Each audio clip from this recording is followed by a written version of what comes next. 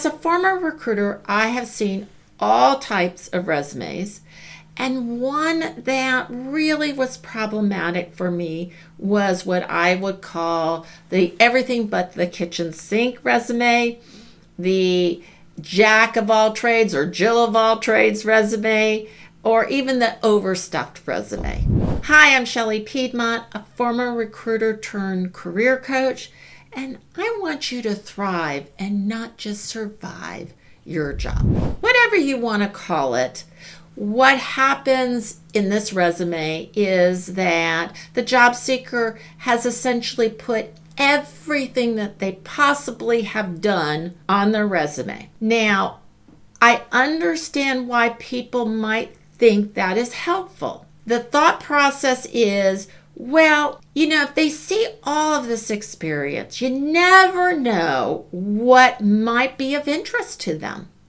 And so if I put everything on there, then, maybe they'll find something in there that will be a great fit for this job. So that's a philosophy that is used oftentimes with why to put everything on there. The other one is, well, then I can apply for many different types of roles because I've got, a little bit of this, a little bit of that on my resume. So I'm going to tell you why this is problematic when it comes to hiring, and I'm going to give you an example. Let's say that you have a clogged sink and you need a plumber to fix your clogged sink. And let's say you've got two candidates. One candidate has a resume that said, yes, they have fixed clogged sinks, but they also have experience in office administration,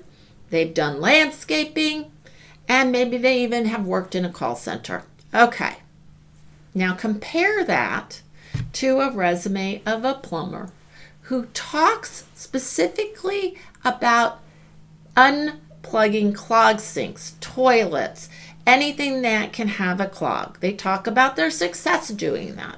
They talk about the skills they use doing that. Now, if you're like most people, you will likely pick the resume of the person who has really detailed why they can fix your problem over the one who has a little bit of this, a little bit of that. You will feel more comfortable that the person who says that they have extensive experience in this and they give you all the information around that will be able to fix your problem, your clogged sink. It is no different in hiring when you have all different types of resumes and you have people that have really thought through what they offer for this job, and they put that information solely on the resume compared to those that are a little bit of this, a little bit of that. What happens is it's way easier for that recruiter, that hiring manager to say, you know what, this person has put it out there very clearly that they can do this job, maybe that they want to do this job, and they have the skills. Therefore, if I'm going to decide who I'm going to bring in for interviews, I'm going to decide that that person probably is going to be a good fit for the role, as opposed to this person who's a little bit of this, a little bit of that. Makes sense, right? You would do that with the plumber. Your recruiting teams are no different. When you have that everything but the kitchen sink resume, you have lost focus. It is really hard in that information to figure out what are your strengths, what are your expertise, what is it that you really want to do. It's not as obvious. And so when recruiters have very little time to sit and go through applications, they're going to pick the ones with the message that is much clearer. That is why your everything but the kitchen sink resume can be problematic.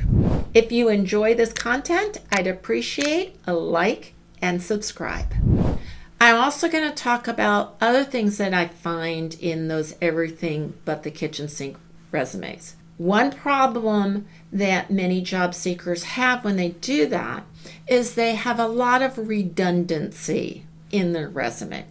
So they talk about, let's say they've worked in a call center. Maybe they've worked in multiple call centers.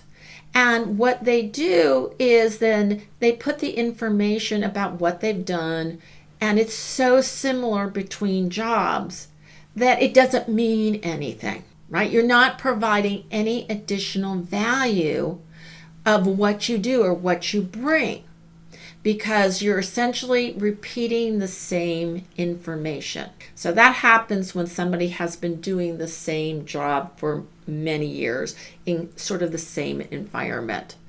That's not helpful. It doesn't bring value to you. It's just harder to read for the recruiter. So that's where also this is problematic. Another reason that these everything but the kitchen sink resumes don't really work very well is that the sheer volume of information. It can be very overwhelming to read through all of that. I mean, let's face it, if you took out the things that were not relevant, you would probably have a significantly shorter resume, but it would be more impactful because every word that you have on there would have value because you're really focusing on that particular job. Now, when you put everything on there and you're asking that recruiter to read everything, even the things that are not relevant, it gets overwhelming. I know as a recruiter, when I see a resume that is lengthy and I'm looking through that and I'm like, oh, that does not have anything to do with the job. It doesn't put me as a recruiter in a really good and charitable mood towards you, because it's almost like you've wasted that recruiter's time on a bunch of information that is not relevant. And so, recruiters go through that stuff very, very quickly. And so when you just have so much, it can be very, very overwhelming for the recruiter. Yes, they'll go through it because that's their job, but does it mean that they're going to necessarily pick up the most important things that you have on there when you have just a large volume of information that potentially is irrelevant? Well, that's a good chance that they might miss some things. So keep that in mind if you're thinking about everything but the kitchen sink resume. So I hope I've convinced you that for most situations, this type of resume is not helpful for you.